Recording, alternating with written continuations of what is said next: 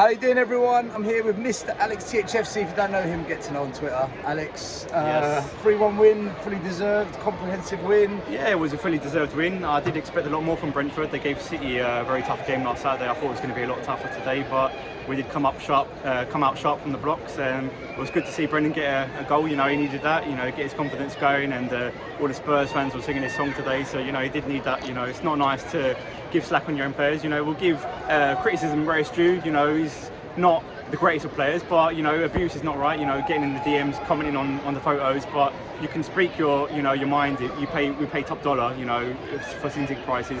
If you're playing, performing well, you know, we're going to say how it is. We're going to say someone's not playing well. You know, like Kim and Werner, they're not good enough for this side. But Brendan played well today. I'm happy with his performance. It was good to get the 3 goals, but it's a shame not to get the clean sheet. I like the way you say we came out the blocks and we were 1-0 down in 1 minute.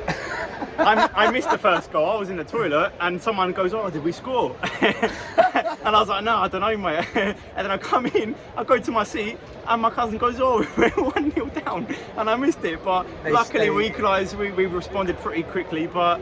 Yeah, it was a good performance. It buys Ange a bit more time. You know, I think if we did lose today, I don't know if he would still have been here or not. But he's got another game on Thursday, then United on Sunday, another tough game for him. You know, our next 3 Premier League games are very hard. You've got United away, then Brighton away, and then West Ham at home. So it's not easy for him. I think West Ham is probably the easiest of the 3. I disagree, good. Mate. They got battered by Chelsea. I know, today. but we know how they're much... defending. I watched the game earlier on. I was in the Antwerp Palms pub around the corner.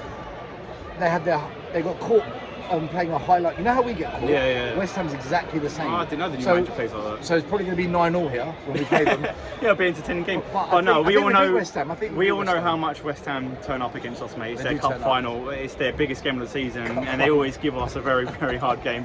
And that's my birthday weekend too, so I'm not confident. I hope they don't ruin my weekend for me, but. Nah, listen, we want to win, you know, we want to win every game. It was good to get back into winning ways today after Wednesday. Yeah, we won, but it was a very bad performance from the team, and it did feel like a loss coming home, you know. I was not happy.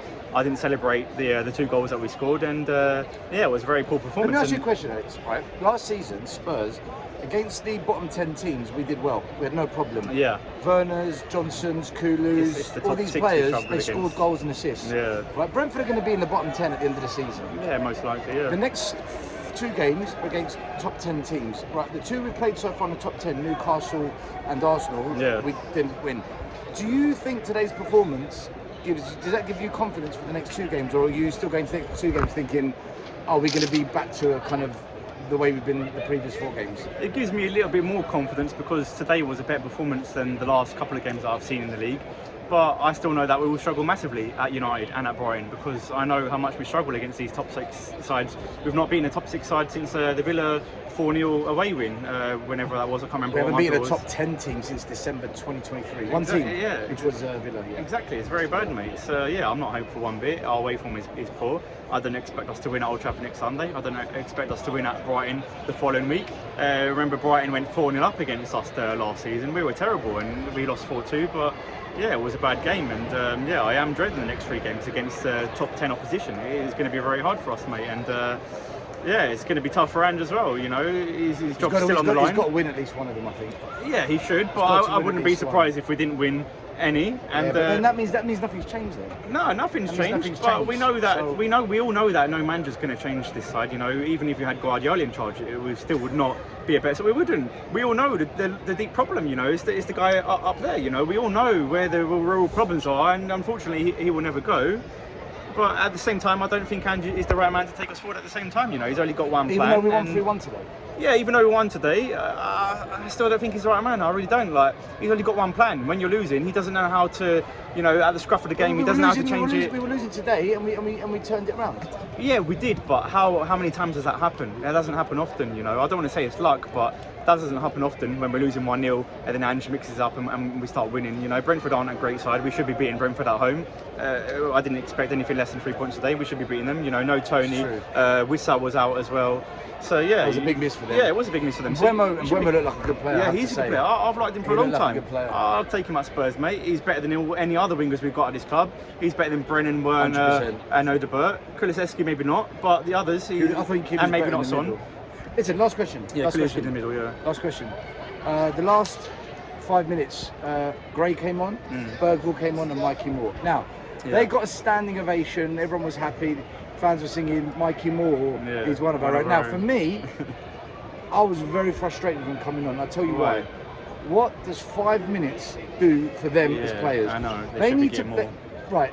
So, do you think just bringing on kids for 5 minutes does anything for them other for them just to feel, yay, happy, everyone gave me a clap because I came on? No, it's true, they should be getting more minutes, especially Archie Gray. He spent 40 million on him. It's a lot of money for an 18-year-old, you know.